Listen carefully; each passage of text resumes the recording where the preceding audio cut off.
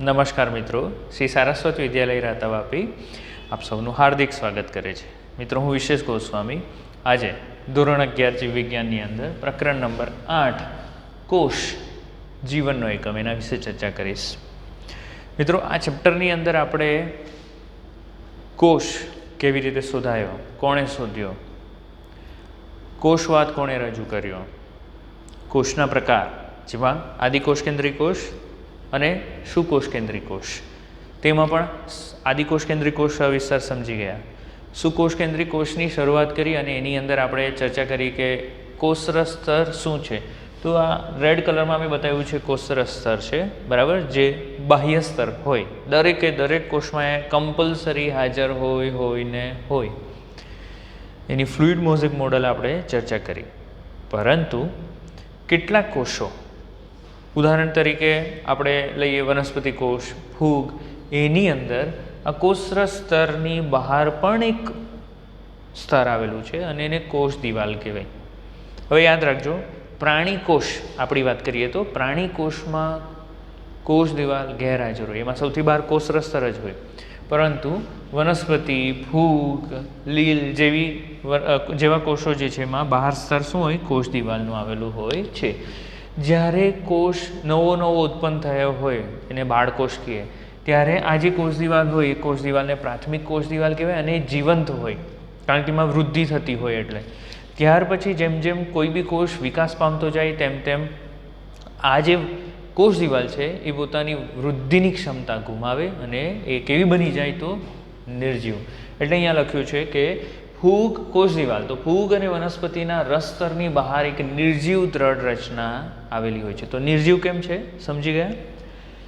એના કાર્યો વિશે ચર્ચા કરીએ. તો કાર્યો, પહેલું આકાર આપે, કોષને ચોક્કસ આકાર આપશે. બીજું, યાંત્રિક નુકસાનથી પણ બચાવે, બરાબર છે. કોષ જે છે એના ઉપર બહારથી યાંત્રિક નુકસાન આવ્યો, બરાબર છે, કોઈ અથડામણ થાય તો એનાથી નુકસાન, અને ચેપથી પણ રક્ષણ આપે. અન્ય સૂક્ષ્મ જીવોના ચેપથી પણ રક્ષણ આપવામાં મદદ કરે છે. તે બે નજીકના કોષો વચ્ચે સંપર્ક સાધે, કોષો વચ્ચે આપલેની જે પ્રક્રિયા છે એમાં પણ મહત્વનો ભાગ ભજવે. આપણે સમજીશું આના વિશે, બરાબર. અને અનિચ્છનીય મહાણુઓનો પ્રવેશ અટકાવે, બહારથી મહાણુઓ ઇઝીલી અંદર દાખલ ન થઈ શકે. પરંતુ મહાઅણુઓ, મોટા કદના અણુઓ વિશે ચર્ચા કરી છે. નાના કદના અણુઓ જે છે એ સરળતાથી અંદર જઈ શકે. શેમાંથી? કોષ દિવાલમાંથી અંદર જઈ શકે. પછી એને કોણ અટકાવશે? તો કોષ રસસ્તર અટકાવશે. કારણ કે કેવું છે, પસંદગીમાન છે, અર્ધપ્રવેશશીલ છે, અપ્રવેશશીલ છે, અને એને અટકાવશે, બરાબર. તો નાના અણુઓ આમાંથી પસાર થઈ શકે, પરંતુ મહાઅણુઓ જે છે એ આમાંથી પસાર થઈ શકતા નથી, અને એ કોષનું આવી રીતે પણ રક્ષણ કરે છે. રચનાની વાત કરીએ તો પહેલાં અહીંયા ઉદાહરણમાં લીલ આપેલું છે. લીલ, તો લીલની કોષ દિવાલ શેની બનેલી? એક્ઝામ માટે મહત્વનું છે, યાદ રાખીશું. સેલ્યુલોઝ, હેમિસેલ્યુલોઝ, પેક્ટિન અને પ્રોટીન. કયા?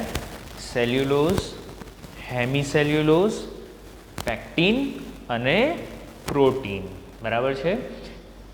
સેલ્યુલોઝ, હેમિસેલ્યુલોઝ, પેક્ટિન આ બધા કાર્બોદિત છે, પ્રોટીન છે. અન્ય વનસ્પતિઓની વાત કરીએ, સામાન્ય વનસ્પતિઓ, તેની કોષ દિવાલ સેલ્યુલોઝ, હેમિસેલ્યુલોઝ, પેક્ટિન અને પ્રોટીનની બનેલી હોય છે, બરાબર છે. તો અહીં આ ખાસ મુદ્દાઓ આપણે યાદ રાખવાના છે, બરાબર છે. બંને મુદ્દાઓ આપણે બરાબર મોડે કરી દઈશું, ઠીક મિત્રો. અહીં લખવામાં ભૂલ થઈ છે. લીલની વાત કરીએ તો લીલ જે છે એ લીલની કોષ દિવાલમાં સેલ્યુલોઝ તો આવશે જ, બરાબર. એની સાથે આપણે સુધારી લઈશું અહીં સેલ્યુલોઝ, ગેલેક્ટન્સ, મેનન્સ અને કેલ્શિયમ કાર્બોનેટ, બરાબર છે. સેલ્યુલોઝ, ગેલેક્ટન્સ, મેનન્સ અને કેલ્શિયમ કાર્બોનેટ આપણે સુધારી લઈશું, લખવામાં ભૂલ થઈ છે અહીંયા. તો લીલ જે છે, લીલની કોષ દિવાલ સેલ્યુલોઝ, ગેલેક્ટન્સ, મેનન્સ અને કેલ્શિયમ કાર્બોનેટની બનેલી છે. જ્યારે અન્ય વનસ્પતિઓ જે છે એમની કોષ દિવાલ સેલ્યુલોઝ, હેમિસેલ્યુલોઝ, પેક્ટિન અને પ્રોટીનની બનેલી છે. નીટ માટે ઇમ્પોર્ટન્ટ છે, આ બંને યાદ રાખીશું આપણે. વનસ્પતિ જે છે એ વનસ્પતિનો તરુણ કોષ હોય, એટલે કે નવો નવો બનેલો કોષ હોય ને ત્યારે તેની અંદર જે કોષરસ્તર છે એ કોષરસ્તરની બહાર સેલ્યુલોઝની બનેલી કોષ દિવાલ હોય અને પ્રાથમિક કોષ દિવાલ કહેવાય. અને શું કહેવામાં આવે? પ્રાથમિક કોષ દિવાલ. પ્રાથમિક કોષ દિવાલમાં વૃદ્ધિની ક્ષમતા હોય, વૃદ્ધિ થતી હોય એની અંદર, બરાબર. પરંતુ જેમ જેમ કોષ પરિપક્વ પામે, કોષ કેવો થાય?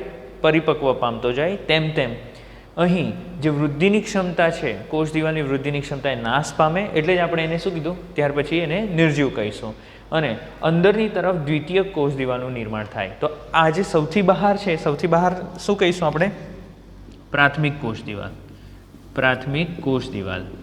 અને ત્યાર પછી એની અંદર અન્ય ઘટકો જેમ કે ગેલેક્ટન્સ છે, મેનસ છે, કેલ્શિયમ કાર્બોનેટ છે, લિગ્નિન છે, વગેરે વગેરેની જમાવટ થવાની ચાલુ થશે અને અંદરની તરફ દ્વિતીયક કોષ દિવાલનું નિર્માણ થાય. બહારની તરફ તો પ્રાથમિક હોય અને અંદરની તરફ દ્વિતીયક કોષ દિવાલનું નિર્માણ થાય છે. યાદ રહેશે? સૌથી બહાર પ્રાથમિક કોષ દિવાલ, મુખ્યત્વે સેલ્યુલોઝની બનેલી, અને ત્યાર પછી અંદરની તરફ ઘટકોનું ડિપોઝિશન, જમાવટ થતી જાય અને દ્વિતીય કોષ દિવાલનું નિર્માણ થાય. મિત્રો, અહીં વનસ્પતિની અંદર બે વનસ્પતિ કોષો વચ્ચે, એટલે કે આ એક કોષ છે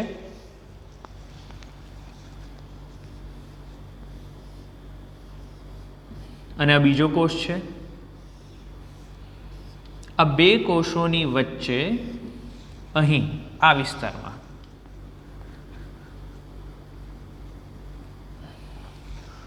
ચોક્કસ ઘટક આવેલો હોય. કયું? Calcium pectate. કયું? Calcium pectate.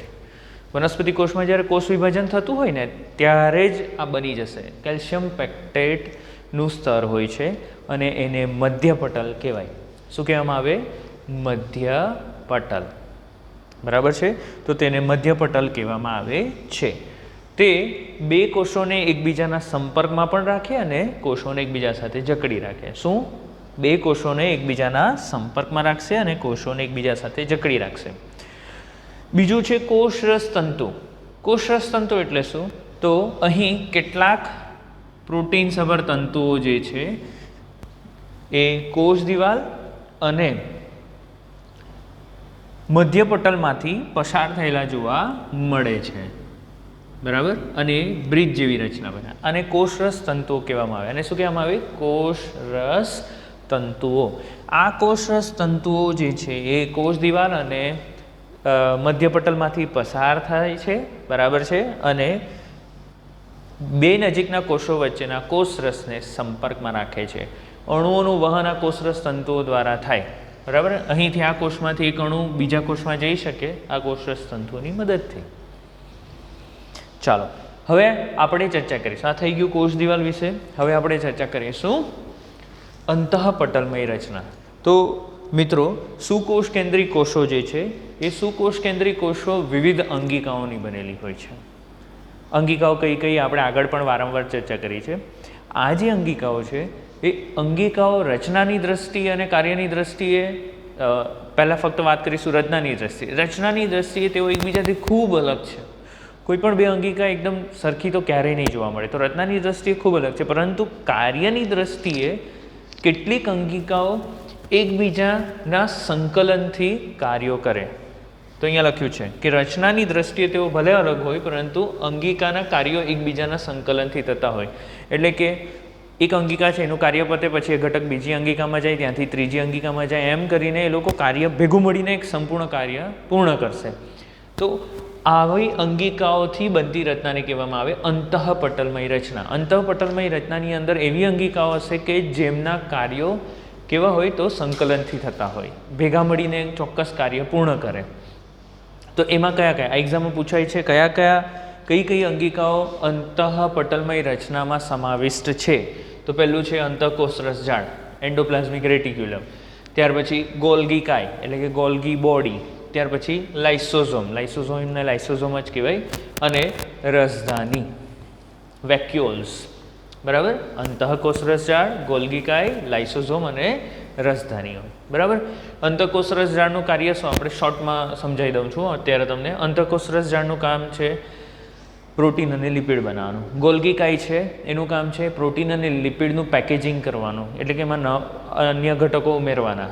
લાઇસોઝોમ જે છે, લાઇસોઝોમને આપણે આત્મઘાતી અંગિકાઓ પણ કહેવામાં આવે, સુસાઇડ બેગ, અને તે બહારના ઘટકોને મારી નાખે, જૂના ઘટકોને મારી નાખે. અને રસધાનીઓ છે, રસધાનીઓ શું કરે તો પાણીનું શોષણ કરે અને કોષ જે છે કોષને ફૂલેલો રાખે. આ બધા ભેગા મળીને ચોક્કસ કાર્ય કરે સાથે મળીને, એટલે અંતઃપટલમય રચના કહેવામાં આવે છે, બરાબર છે.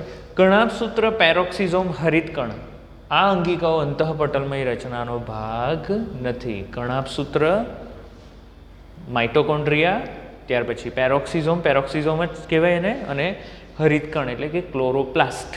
તો આ ત્રણ અંગિકાઓ શેમાં સમાવેશ નથી? અંતઃપટલમય રચનામાં સમાવેશ નથી. તો યાદ રાખશું હા આપણે, બરાબર, કઈ અંતઃપટલમાં છે અને કઈ નથી. આજે આપણે સૌથી પહેલાં આજના પાઠની અંદર આપણે અંતઃકોષરસ ઝાડ વિશે ચર્ચા કરીશું. શેના વિશે? અંતઃકોષરસ ઝાડ. તો અંતઃકોષરસ ઝાડ એટલે શું?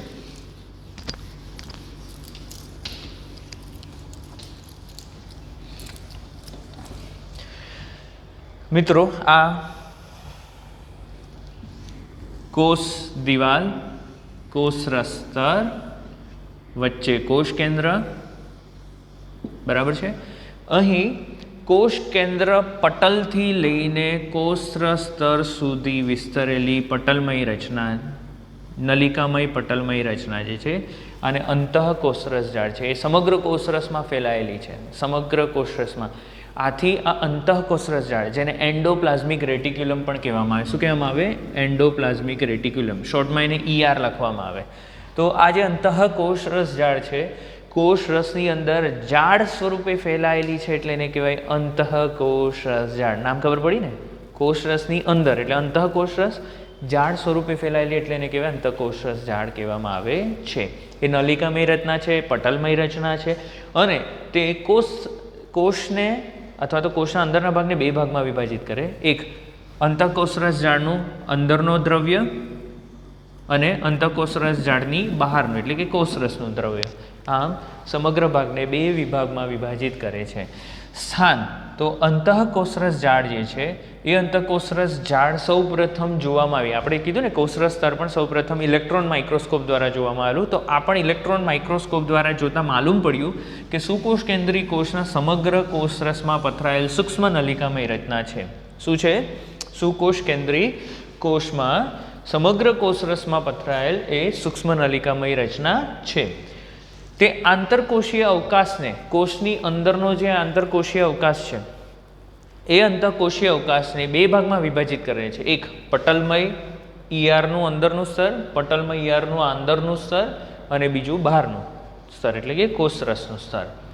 અહીં તેના પ્રકારો છે.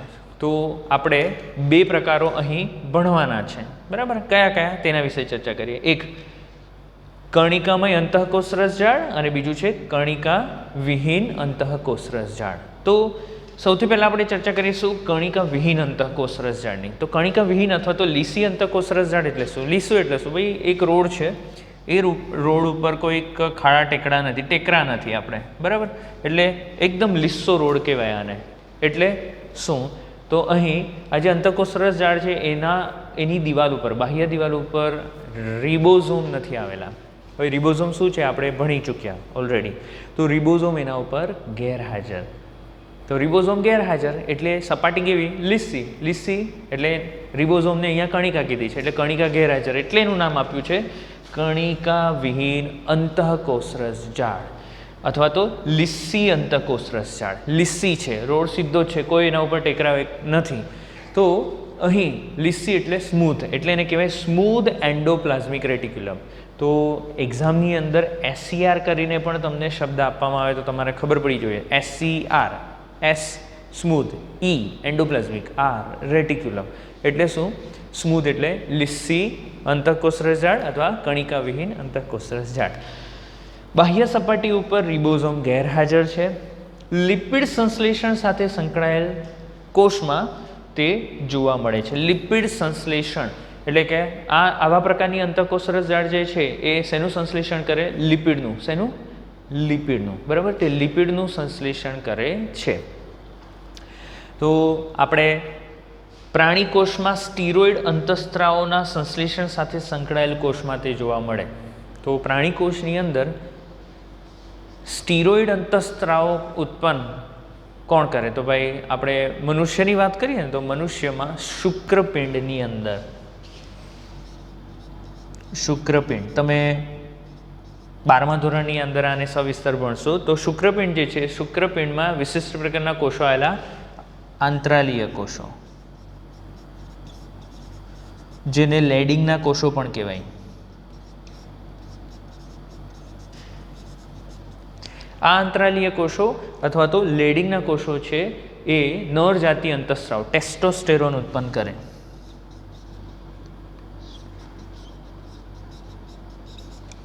બરાબર છે. અને આ કોષોમાં શુક્રપિંડના આંતરાલીય કોષો અથવા એને બીજું નામ છે લેડિંગના કોષો જે છે એની અંદર કણિકા વિહીન અંતઃકોષજાળ પુષ્કળ પ્રમાણમાં આવેલી છે. કારણ કે એનું મુખ્ય કાર્ય શું છે? લિપિડ ઉત્પન્ન કરવાનું. લિપિડ ઉત્પન્ન કરીને એમાંથી અંતઃસ્ત્રાવ બનાવવાનું, ટેસ્ટોસ્ટેરોન. નર જાતીય અંતઃસ્ત્રાવ છે.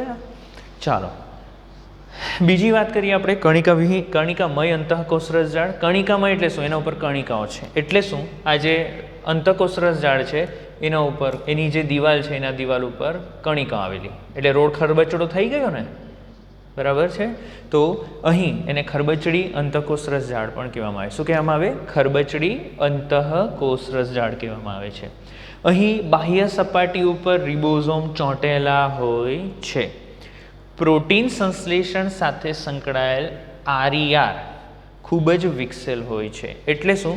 જે કોષો પ્રોટીન સંશ્લેષણ સતત કરતું હોય એની અંદર આ પુષ્કળ પ્રમાણમાં જોવા મળે. આવા પ્રકારની અંતઃકોષરસ જાળ પુષ્કળ પ્રમાણમાં સારી રીતે વિકસેલી જોવા મળે.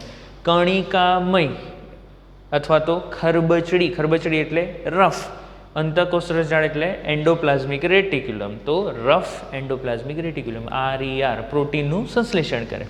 તે પ્રોટીનનું સંશ્લેષણ એટલે કરે કારણ કે એની પાસે શું છે? રિબોઝોમ. અને રિબોઝોમ પ્રોટીન સંશ્લેષણ માટે ખૂબ મહત્વના છે. રિબોઝોમ નહીં હોય તો પ્રોટીન સંશ્લેષણ થાય જ નહીં. એટલે અહીં પ્રોટીન સંશ્લેષણનું સ્થાન પૂરું પાડે. તો કોષરસ પટલની બહારની સપાટી પરથી લંબાયેલ અને સળંગ રચના છે. કોષરસ પટલ જે છે કોષરસ પટલ જે છે કોષરસ પટલની બહારની સપાટીથી લંબાયેલ સળંગ રચના છે. હવે મિત્રો ખાસ યાદ રાખવાનું છે, તે પ્રોટીનનું સંશ્લેષણ કરે ને, તો અહીં આ જે પ્રોટીન સંશ્લેષણ છે, પ્રોટીન સંશ્લેષણ કરતા કોષો કયા? તો આપણે ઉદાહરણ તરીકે લઈ શકીએ પાચક ગ્રંથિઓમાં, ઉદાહરણ તરીકે લઈ શકીએ જઠર ગ્રંથિ, સ્વાદુપિંડ, કે જે પાચક ઉત્સેચકો ઉત્પન્ન કરતી હોય. શું? પાચક ઉત્સેચકો. બરાબર. તો પાચક ઉત્સેચકો જે છે એ પ્રોટીનના બનેલા હોય અને એ કોણ કોણ ઉત્પન્ન કરે? જઠર ગ્રંથિ અને સ્વાદુપિંડ. તો જઠર ગ્રંથિ અને સ્વાદુપિંડના જે ગ્રંથિમય કોષો છે એ કોષોની અંદર આ રફ એન્ડોપ્લાઝમિક રેટિક્યુલમ એટલે કે કણિકામય અંતઃકોષરસ જાળ પુષ્કળ પ્રમાણમાં અને સારી રીતે વિકસેલી જોવા મળે છે. યકૃત કોષો જે છે, કયા કોષો? યકૃત કોષો એ બંને ઉત્પન્ન કરે, પ્રોટીન બી ઉત્પન્ન કરે અને લિપિડ બી ઉત્પન્ન કરે. એટલે એમાં બંને પ્રકારની RER પણ જોવા મળે અને SER પણ જોવા મળે. એટલે કે કણિકામય અંતઃકોષરસ જાળ પણ જોવા મળે અને કણિકા વિહીન અંતઃકોષરસ જાળ પણ જોવા મળે છે. તો અહીં તમે જોઈ શકો છો અંતઃકોષરસ જાળ જે છે મહત્વનું છે પ્રોટીન અને લિપિડ સંશ્લેષણમાં મહત્વનું કાર્ય કરે છે. અને આ અંગિકાઓ ક્યાં વધુ વિકસેલી જોવા મળે? તો એવા કોષોમાં કે જે લિપિડ અને પ્રોટીનનું સંશ્લેષણ કરતા હોય. Thank you so much.